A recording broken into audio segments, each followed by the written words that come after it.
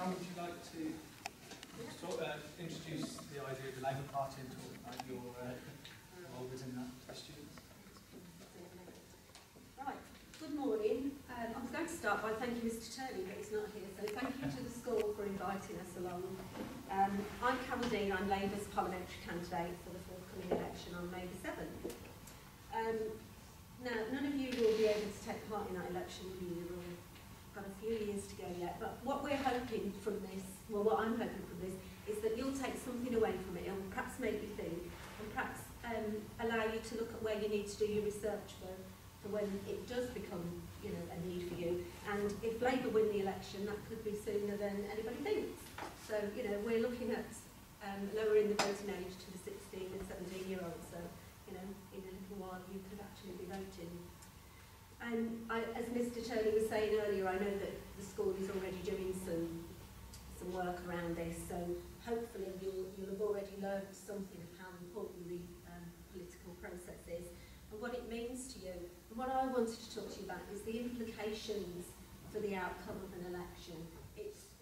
We find on the doorstep, as I'm sure Chris will agree all the time, people saying that politics is irrelevant. It doesn't matter who you elect, you're all the same. If I've heard that once, I could, you know, pay for the walls with you're all the same. But it isn't. It's the decisions that politics make, that the politicians in Westminster make, affect every aspect of your life. All the things that happen to you daily, whether it be with buses, the welfare system, schooling is a major issue that is affected by politics. So it really is important to me. And as you may have heard, if you're watching anything on the telly, all the pundits are saying this is one of the most important elections in a generation, and it really, really is. I know we're all getting tired of hearing that, but it's so important this time because of all the other things that are coming into play. There's a lot of disillusionment and apathy around politics, as I say, of people on the doorstep saying that it really doesn't matter. But as I say, it does. But I understand why people are saying that, and I get frustrated as well. And although I'm not in the mix of it yet, and I'm hoping to be, one of the main things that I think is affecting people and the way they view politicians is Prime Minister's question times. I don't know if you've managed to catch any of it when you haven't been in school, but how stupid is that whole system? It's not doing politicians any good. And if I was in charge, I would ban it tomorrow. It is a really, really stupid, it's just a stupid way of trying to show people that we govern the country and asking them to be involved. We need to show a bit more. I love the select committees when they're on. You can see the work that's being done, and you can see that people are being respectful of one another, and there's actually work going on. We need to get away from this he said, she said. It's not good for anybody, and it doesn't engage anybody in politics. Right, I'll tell you a little bit about myself then. As you can see, I'm not a slick politician. I didn't come into politics from being a history or politics graduate or anything like that. I came in through a very simple route of local community engagement. First as a governor and chairman of the PT at local PTA.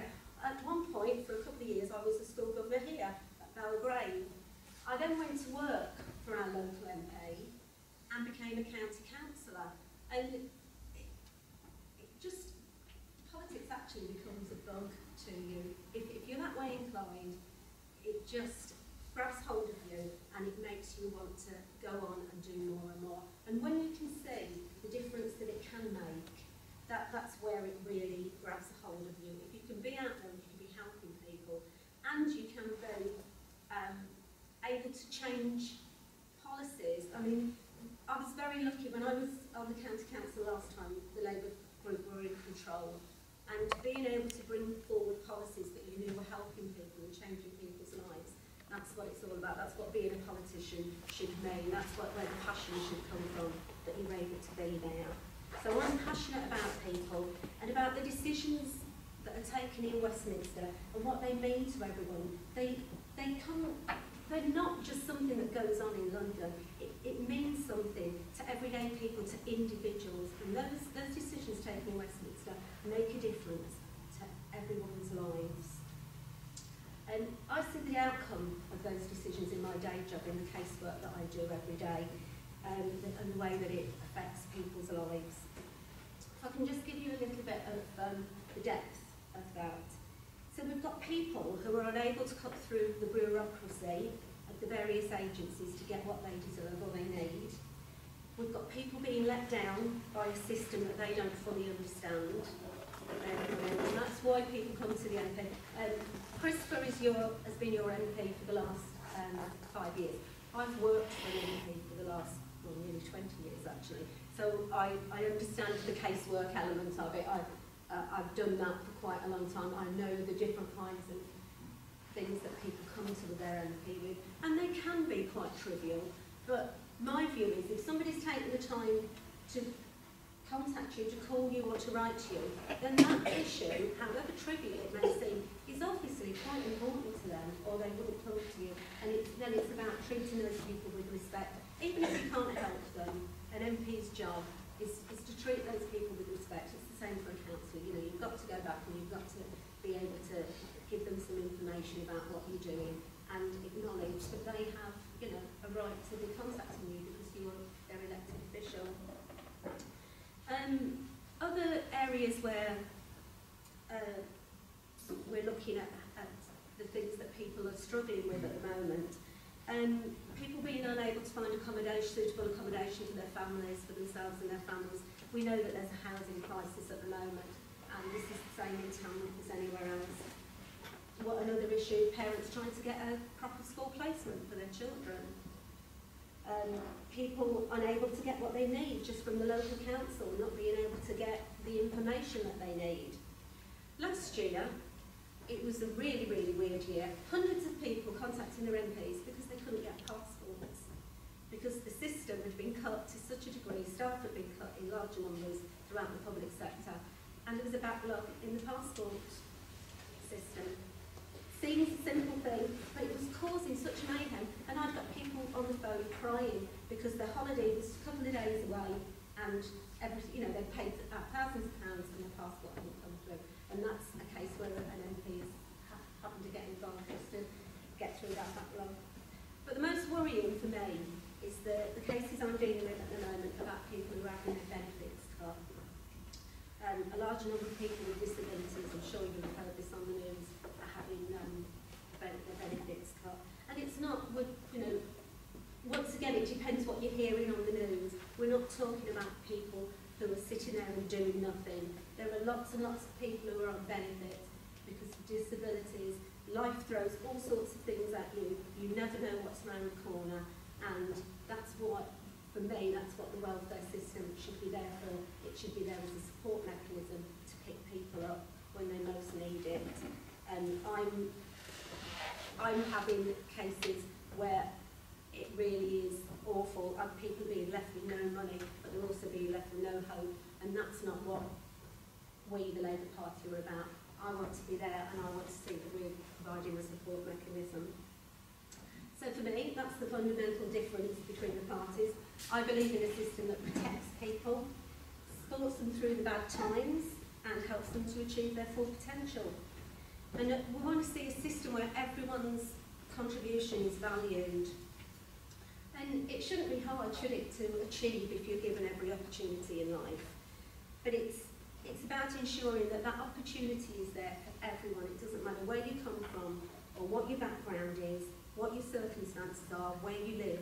Everyone should be given the opportunity to achieve.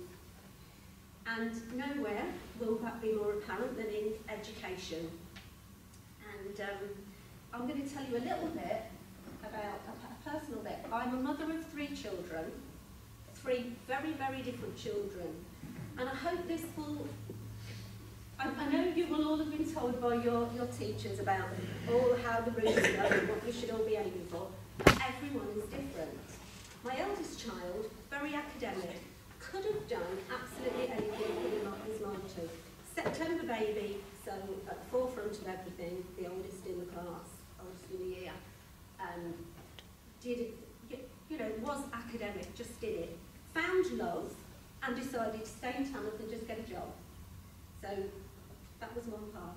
My next child, my daughter, An August baby, as some of you will know who were born at that end of the year, when you come into primary school, you're at such a disadvantage because you're like 12 months behind the rest. She had a speech problem, so that put her back even more. Hated school, probably because of all that. Did all right, got her O-levels, GCSEs, call them what we will, but didn't really know what to do with herself. Loved animals and decided to be a jockey.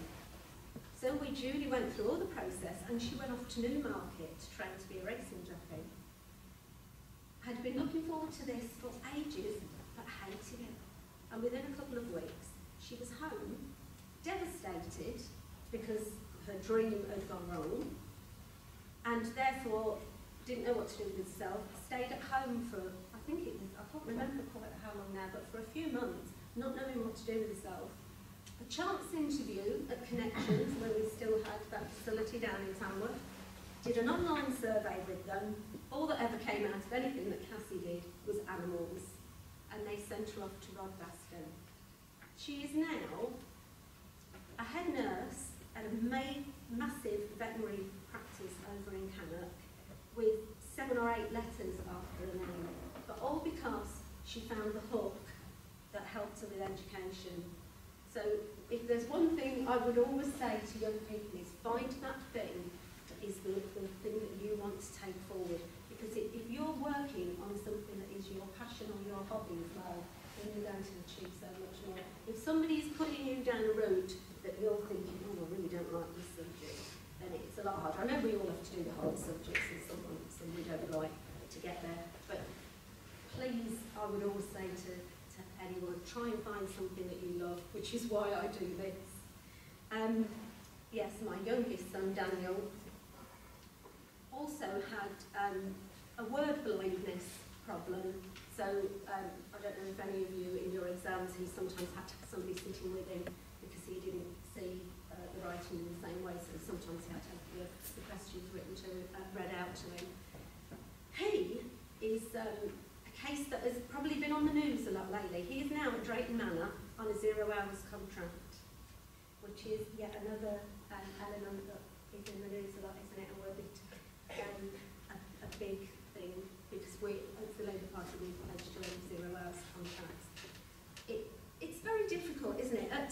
When we're talking about youngsters maybe going off and doing summer jobs, that's fine. You know, it's okay if you want to just go in and get a few hours. And Drayton Manor is fabulous. What a lovely place to work. You know, you're down there, you're in, like today, you're in the sunshine, you're meeting lots of people. That's great. But there's an awful lot of people there, and in lots of other places like that, who, you know, are older. Daniel has now got a mortgage. He needs to have a proper job, and he's been there several years. So, you know, you would think by this time that he would be on a proper contract, and that's what we'll be looking for. We need to make sure that people, that's what I'm saying about being supported, it's about supporting people to be able to have a proper life. The other side of the education thing is, for me, because of the difference in my children, and the knowing that everyone is different, is the vocational route. I was lucky enough to be involved when we opened a new talk facility, and we had all those fabulous things in it. Does anybody in the room use the talk facility? Yeah? It's a wonderful place, isn't it? And we were so proud of what we were able to do there. We had, I think it was £8 million from the Labour government, and then the county council put the deal together. And it was, you know, such a stunning achievement for the time. And for me, I'm quite passionate about that vocational side because it's about recognising the alternatives. And university is fabulous for those who have the aptitude, and you know that route needs to be taken for some.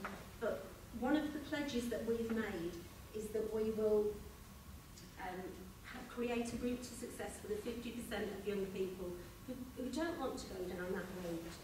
And I'm quite passionate about the vocational jobs being valued. I think the press have got a lot to do with this, but also society in general doesn't seem to value the jobs that don't come with a degree. And every job is valuable. You know, it doesn't matter what you do, what you end up doing in your life, you will be putting something back into society and you'll be part of the mix. And don't let anybody ever put you down for whatever job you end up doing, whether it's through choice or just because that's where you are in that particular part of your life. Because we need everything. Everything works together and it's all part of the mix. Just a couple of little points about then the differences between us. At the moment, according to the statistics, 70,000 young people are unemployed, with a lot of them not having the skills that they need. So what we're looking to do is to make sure that every young person who gets the right grade will be given a high quality apprenticeship. And that's what I say about that other side from the academic route, the purely academic route. Another manifesto pledge is, of course, is to reduce the uni fees to £6,000. And I'm quite happy about that. I would have been a lot happier if it was gone a lot further. And should I get to Parliament, I will be lobbying my people to say that I think we need to take it further. As I said earlier, the vote to 16 and 17-year-olds. There's also a new gold standard technical baccalaureate for 16 to 18-year-olds. And I think that's the thing that we're trying to put forward. It's about, we can't keep tinkering with the education system.